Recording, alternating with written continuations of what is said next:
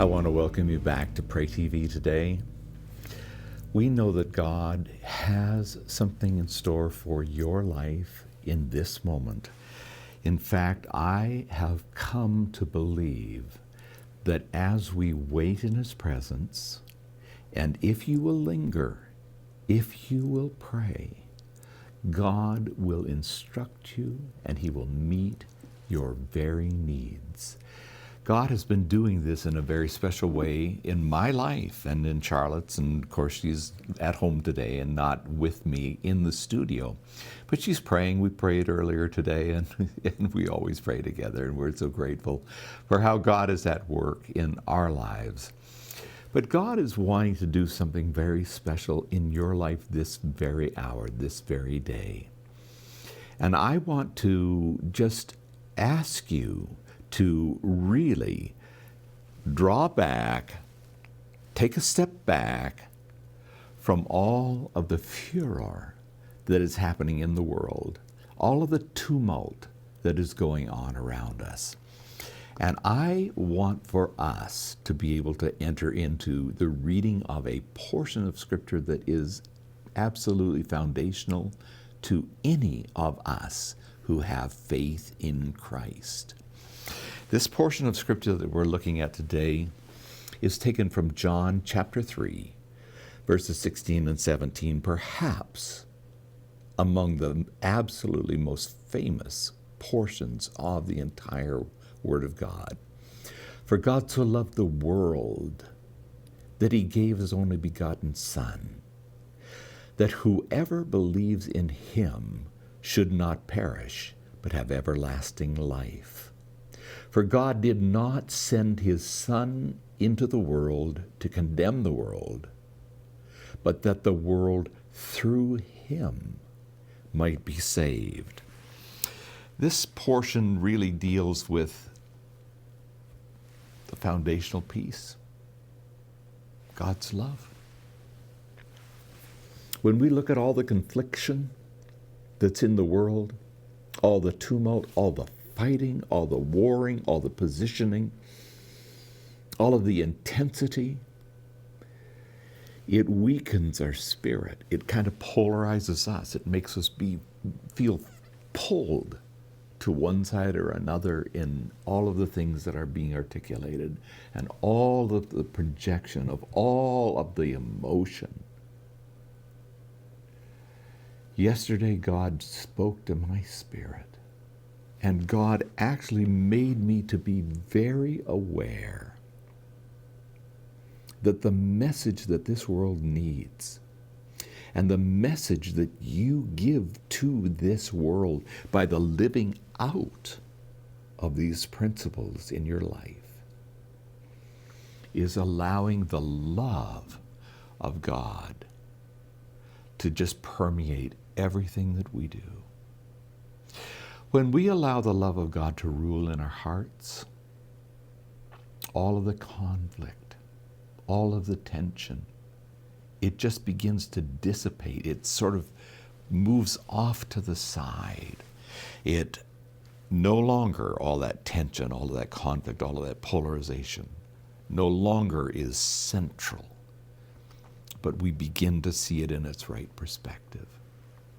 God loves this world, and through you and through I, it is His intent to communicate that love to the world, to give the world the antidote to all of this conflict, all of this tension.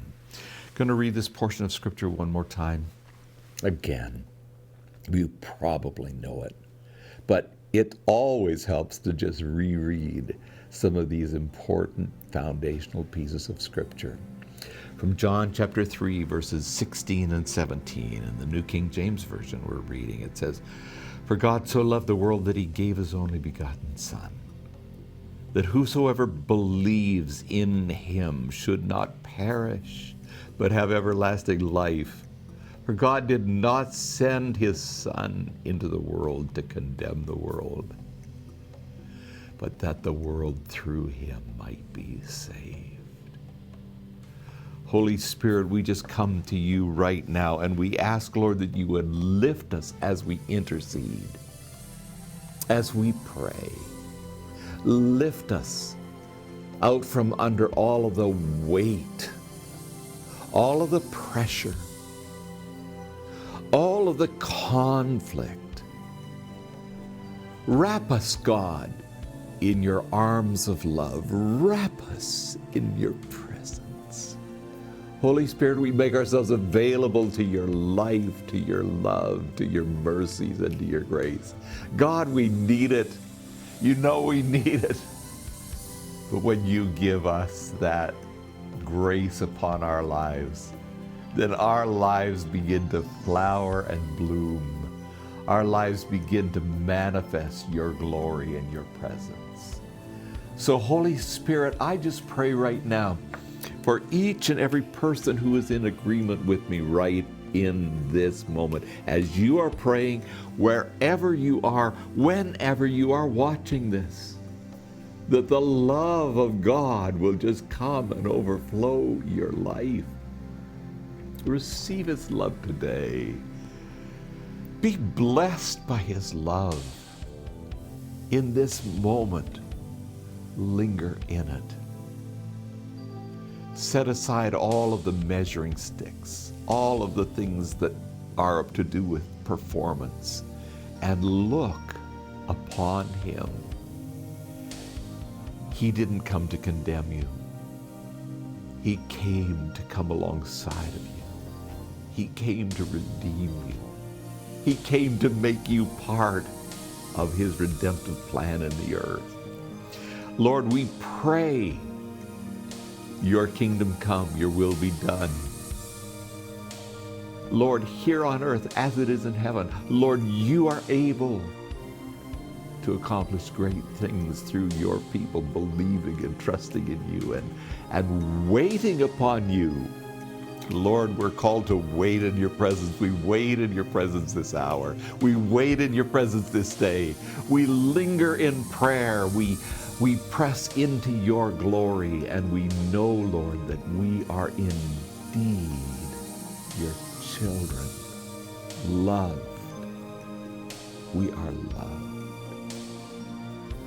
Lord, you are going to add to us that measure of strength, that measure of character. Lord, you are going to add to us the ability to enter into this day, wherever we are, knowing we're loved.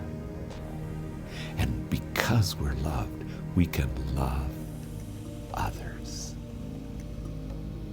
Go into your day, into your night, wherever you are, and love others.